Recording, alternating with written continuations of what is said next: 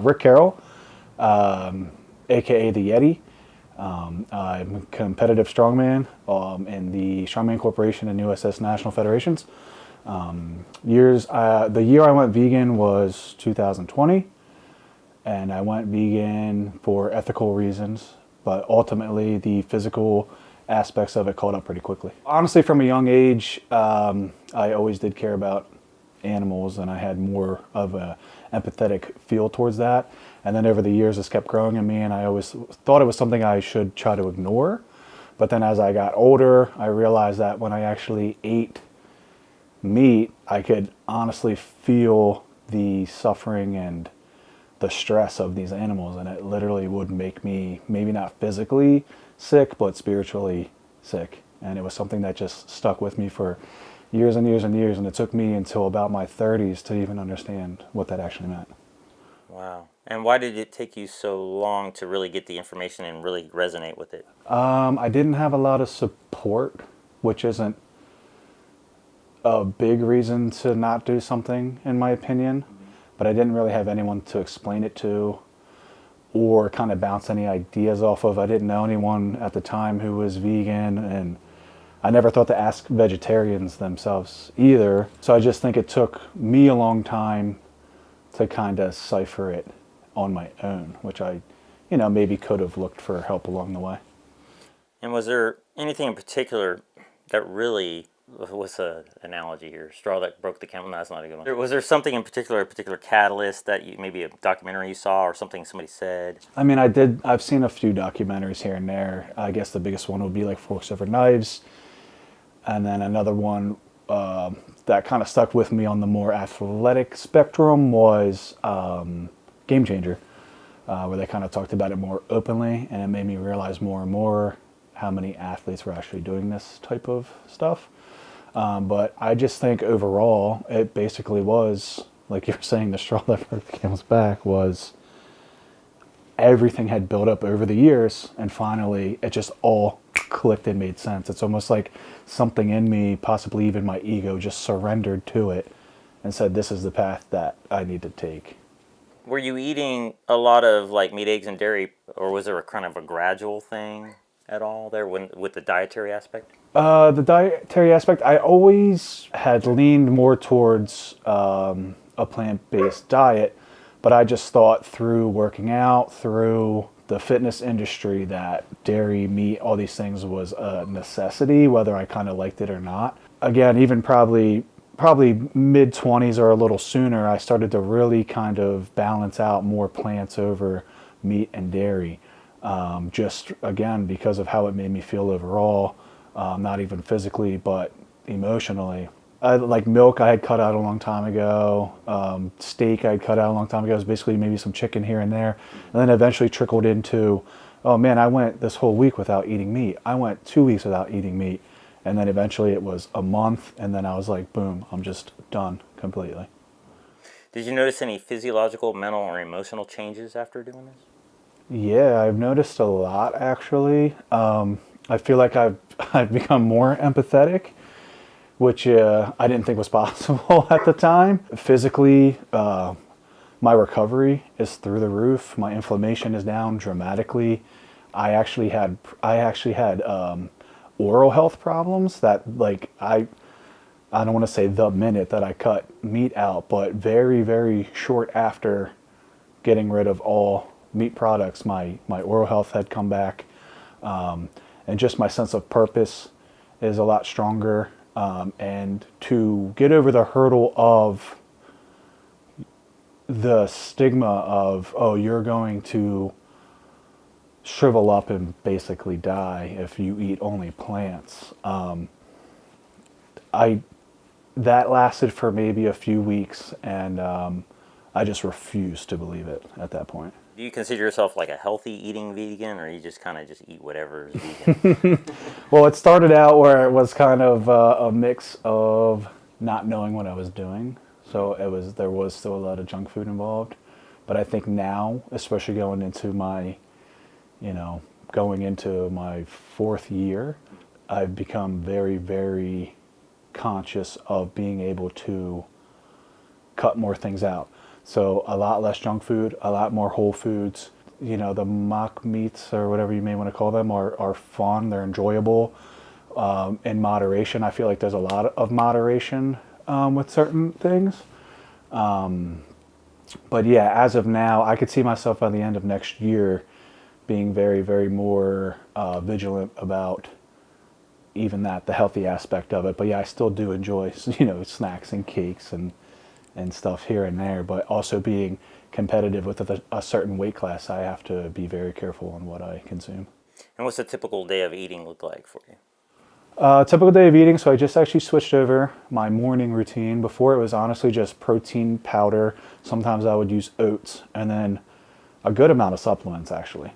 I recently have cut out 99% of my supplements. I use a multivitamin, which in my opinion, I think anyone in general should consider. So I do a multivitamin and then I do just a little bit of like mushroom supplementation, like lion's mane and stuff like that. And that's for nerve health, inflammation, things like that. So I just switched to rice, peas, and tofu as my main meal when I wake up. And then each week I make a big pot of, I mean, this thing probably weighs like 25 to 30 pounds by the time I'm done with it. It's all sprouted quinoa, lentils. I use fermented soybeans, garbanzo beans, or chickpeas, squash, butternut squash, zucchini, 4 kinds of different mushrooms, peppers, onions, carrots, you name it, this thing, it just, the rainbow basically goes into this pot. And what I do is to get kind of my calories in, this again is for the more competitive side of things, I actually blend it each day and put it into 3 containers and I'll drink it through the day because of work. Work can become very busy. So in order to, you know, stay on top of my calories, I actually drink it. And then throughout the evening, I'll go back to some rice, some tofu. My girlfriend will make like a veggie stir and things like that. And again, occasionally we'll throw in some of the, you know, the mock stuff, and not necessarily for the taste, but sometimes the convenience and just kind of just to change things up a little bit dinner wise. As far as like being a strongman, when did you start doing that? 6 years ago, maybe was like my first big competition, and I got absolutely destroyed. I got yelled at by the judges. I got, you know, some of the competitors were like, what is this guy doing? I had a really bad weight cut beforehand. So it kind of actually turned me off from competing for a while. So it was basically just gym lifts and I focused on that. Then 2 of my friends got me back in. I had a couple of competitions here and there, but I would say within the last 2 years, so I would say 2021 is when I really came back very, very focused on strongman itself. And have you noticed a difference due to this lifestyle change with your ability to achieve, you know, your goals there? Your athletic goals there? So again, the for me, a big fear at the time and almost people talking me out of veganism was, you're going to shrivel up, you're going to lose all your strength. And then again, it didn't matter at that time. My ego just surrendered. This is the path I need to take. I'm sacrificing what I thought at the time was sacrificing everything. I thought I was going to not be weak by any means, but I thought, okay, well, this is it. I'll go to the gym, I'll work out, I'll try to be competitive. So I just surrendered it. And then the actual opposite happened. I became bigger, I became faster, I became stronger. My switch to plant-based, I feel like it directly relates to my performance as an athlete.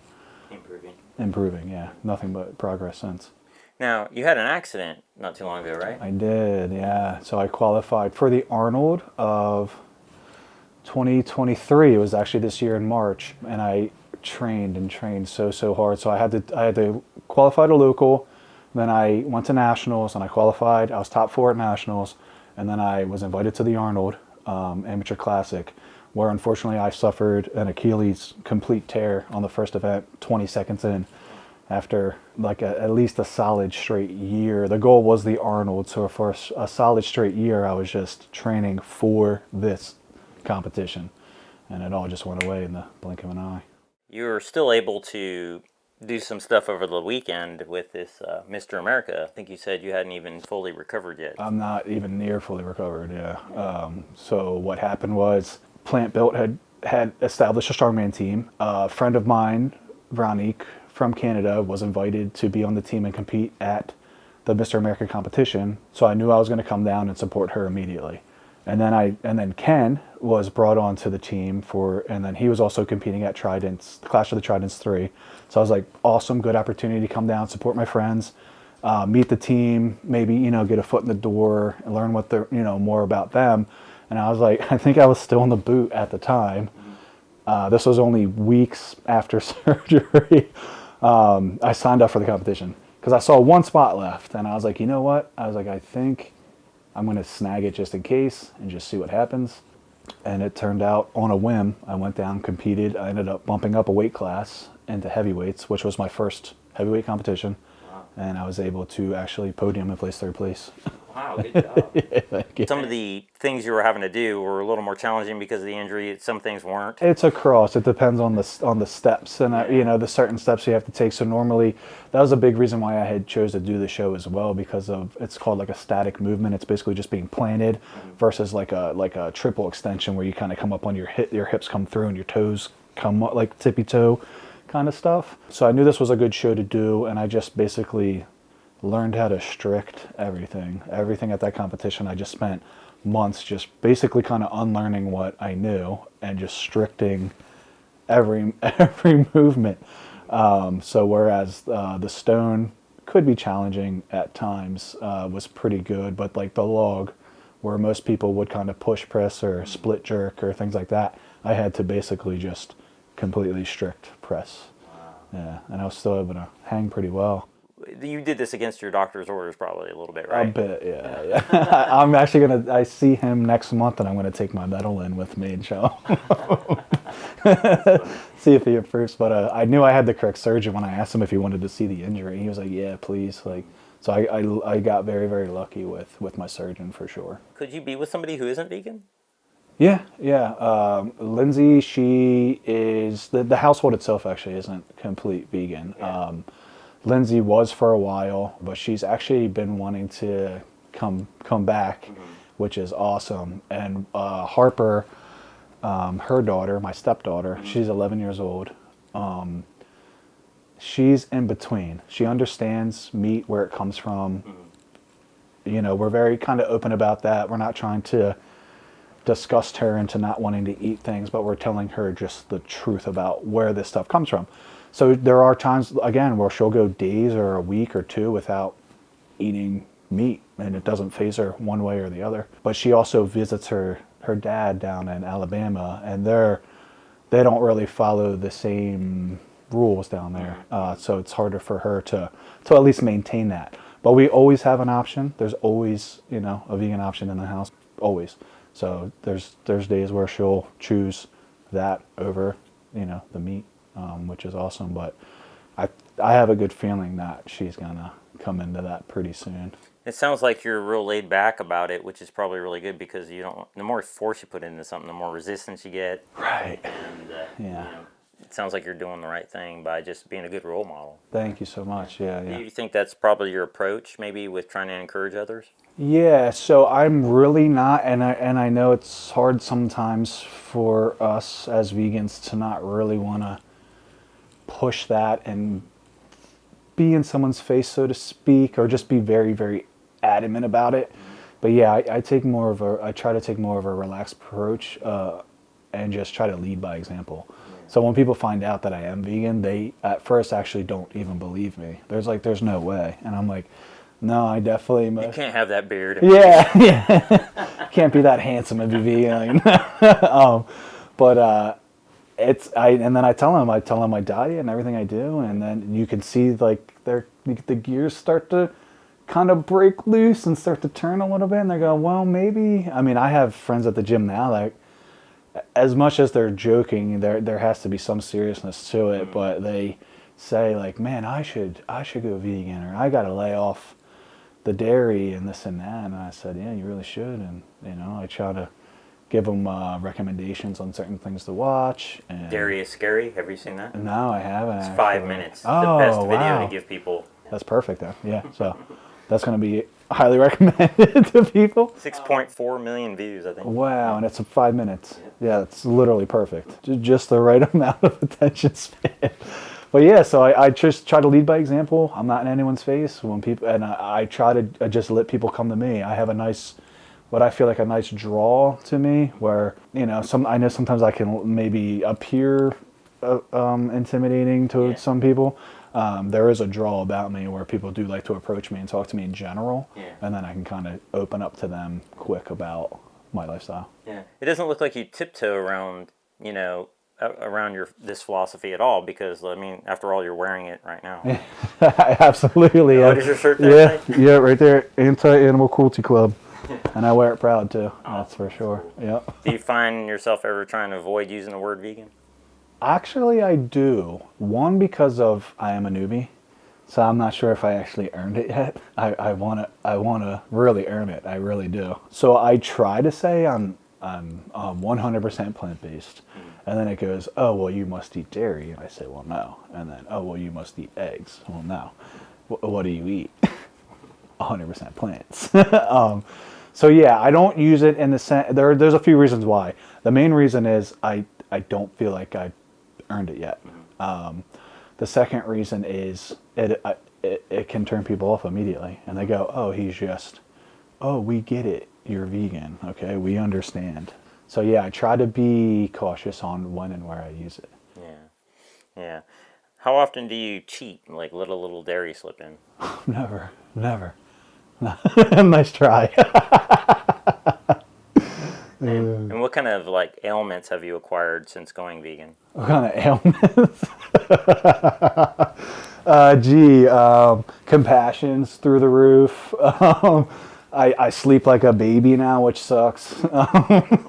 Just the typical vegan stuff. It's only been a few years, and with your injury and all, maybe you don't have a lot yet. Do you have any like accolades or accomplishments that you're proud of since going vegan yet, or anything looking forward to coming up next? Getting to the Arnold was huge for me, which is actually very funny because my very good friend Andrew, he's also my coach.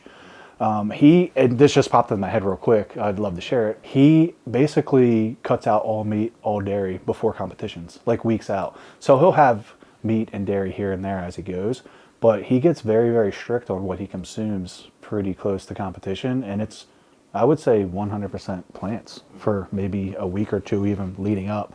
And he's one of the best lightweights in the world. He actually just went up a weight class to the 200 class for the Arnold and won on a whim. He missed weight, or we told him to bump up. He went and completely won everything. So I just wanted to share that real quick. But yeah, my big accomplishment was getting to the Arnold. What I have coming up next is now after the show I just did, which was also an accomplishment in itself, I was maybe able to give like 80% to this competition and was still able to podium in a higher weight class. I have a show coming up in December that I actually had just signed up for, and it's called Polar Express. It's out in PA. So that's going to be a national qualifier for Strongman Corporation. So that's the step so far, is to local show, qualify for nationals, and then hopefully get either my pro card there, and if I don't receive my pro card there, get my invite to the Arnold, which I can then, battle for my pro card there as well. So basically back to where I fell off. And then from there, there's a few other big competitions around Strongman that are going to be definitely on the radar. Do you have any regrets? The number one regret is not doing it sooner.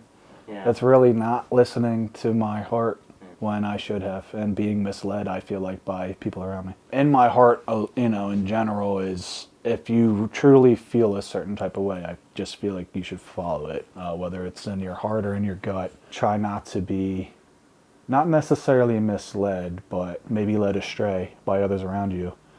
Because there was a big time where people were, I feel like, and I have no ill will or any, bad thoughts towards them or anything. Half of them don't even realize they were doing it, but they were holding me back from becoming my best self. And that was cutting out, dairy and meat. And basically, I can survive by not having others suffer. Do you have like a social media profile or anything you want to get out there that people can check you out, follow you on? Yeah, I'm on Instagram. It's For Dirty Paws. It's FOUR_Dirty Paws, PAWS. And is there anything we didn't cover that you would like to get out there? just wishing I would have done this sooner and listening to myself and realizing it's okay not to eat meat, and it doesn't have to be this big manly thing. Or because for me, being a male, it was masculine to eat meat. Growing up, I never liked hunting. I didn't do it. I went fishing a few times. I never enjoyed it. It literally made me sad. I would go home and cry as a kid after I would catch fish, and I didn't understand. So don't be afraid to ask for help. Don't think it's not masculine to follow your emotions and just let your emotions come out. I think that's a big thing for people to hear too. Is don't think you need to be this big tough guy eating meat when deep down you do care. You do want to make a change. It's down there, and I mean, I'm a living example of being able to not only survive on just plants, but thrive. I'm thriving in a non-cruelty environment, and I think that's really important for people to see. It sounds like you systematically removed animals out of your diet progressively over time. I imagine you didn't really have any kind of like difficulties when you finally said, this is what I'm going to do. Like digestion problems, nothing like that. Sometimes people have, transitional difficulties. Oh no. I mean, I was so heavily plant-based leading up to this that it was no question. And then maybe a few times I ate too many beans or something. I think we all do that regardless. But no, the transition was super easy. I do not miss anything. If you truly miss something that you were eating before that is no longer in your diet or available, they make things that if you really need to like scratch that itch, they have stuff available. But yeah, this also leads into this is a complete lifestyle. So it's a cruelty-free lifestyle. All my clothes, all my paper products, hygiene products, everything I do, everything I stand for, everything I consume and is all cruelty free, 100%. There's no question. If there's a question, I'm not gonna buy it. I'm not gonna touch it. Yeah, and sometimes it's a little tricky, trying to figure out like in products what is and what isn't an animal. Like whether it's the glue in the shoes or the whey and the, It's it could be discouraging, or you can see it as a challenge. I kind of saw it as a challenge where I'm like, I'm the one in the supermarket reading everything. Well, now what I really, really love is, and I think I could see myself by the end of 2024 being very, very astute, where it's vegan certified, where it's not made in a facility based, where may contain or may be used on equipment that other stuff are made on, and almost to the point where I feel like I'm going to would like to not really support companies that are producing, who have a vegan certified product, but also produce, a dairy product. That's controversial at the same right time. there. Yeah. It's very controversial. It is, yeah. So that's something that, those kind of thoughts just kind of float in my head all the time. Yeah. I know like honey is a big thing that's on the fence for some people. I don't consume any of that. I don't use bug sprays. I use humane traps. If we have a mouse in the house, I trap it and let it outside. I try very, very hard. I watch where I walk.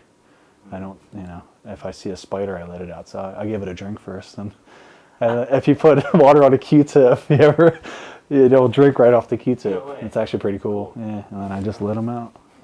Sometimes I hang out in the house too. But yeah, I try to be super, super conscious. It never made a lot of sense to me, and I always felt like I was being over the top with this kind of stuff, but then it all just made sense. This is who I am. Not only do I feel like I'm compassionate, but I've been extremely empathetic my entire life, and even now I kind of hold back on the empathy because it could be extremely overwhelming. You take on other people's emotions and fears and happiness, and sometimes you can get lost in that, or if you don't know how to kind of digest that or transform it, it can be a big burden. Yeah, wow. Sometimes I like to ask people, how do you stay positive in such a sick world? But I usually save that for long-term vegans. But you've matured a lot in 3 years, man. Thank you so much. Yeah, I appreciate it. It sounds like you're very in tune with how deep and dark it can be. How do you deal with that? I deal with it by trying to be my strongest self, by trying to lead by example, by trying to be a beacon for others, not only with veganism, but emotions in general. When I have something positive happen to me, I spread it immensely through everybody. I'll text people, I'll call people, because I feel like we're all beacons and we all can harness each other's, especially positivity. So instead of, I tried to combat negativity by being extremely positive, and that was always something that kind of came with me from being younger too. Almost like I don't know if you remember, like the little wishies that would float around. They're like these little puff balls that kind of float from flowers, and people would wish on them and blow them away. What I would do is I would catch them. Dandelions or whatever? Yeah, I believe they're dandelions. I would catch them, and I would hope that whoever wished into this wishy, that their wish comes true. And then I would let it back out. That was your wish. And I feel like I have lived like that for such a long time, and I've been able to harness that. So to stay positive in such a dark world is to stay positive, but also at the same time, somewhat be a force. Kind of consider myself a monster of love, basically, which is be bigger than your fears, but also stick up for others, and we truly rise together. So if someone can't handle a situation, if they can come to me and kind of express to me how they feel, I can try to kind of guide them through that. Did you have companion animals growing up? I mean, I've had a dog in my house ever since I was a kid, for sure. Do you think that kind of plays into this a little bit? Your awareness and desires to do this? Yeah, I think so, for sure. I think just growing up and having an animal in the house and just seeing what actual unconditional love is, and just seeing no matter what the vibe is in the house, to be able to see something just always wagging its tail, always happy, always not judging you. I've laughed, I've cried with my animals. We've gone through trauma with my animals, and they're right there beside you the entire time. So maybe I did kind of adapt some of that in a sense.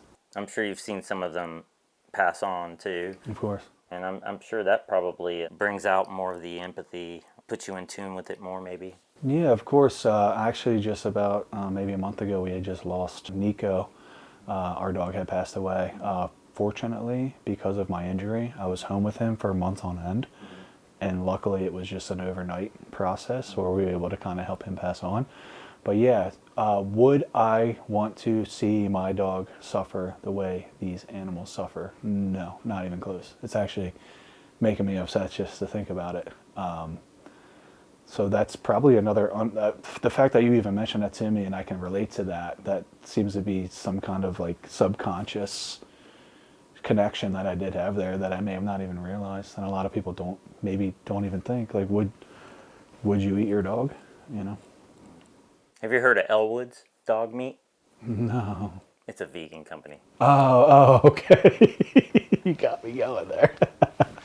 It's pretty funny. It is. I mean, it's funny because it like they booth and stuff, and then people really freak out. And then it's like, whoa, why are you freaking out exactly? Right.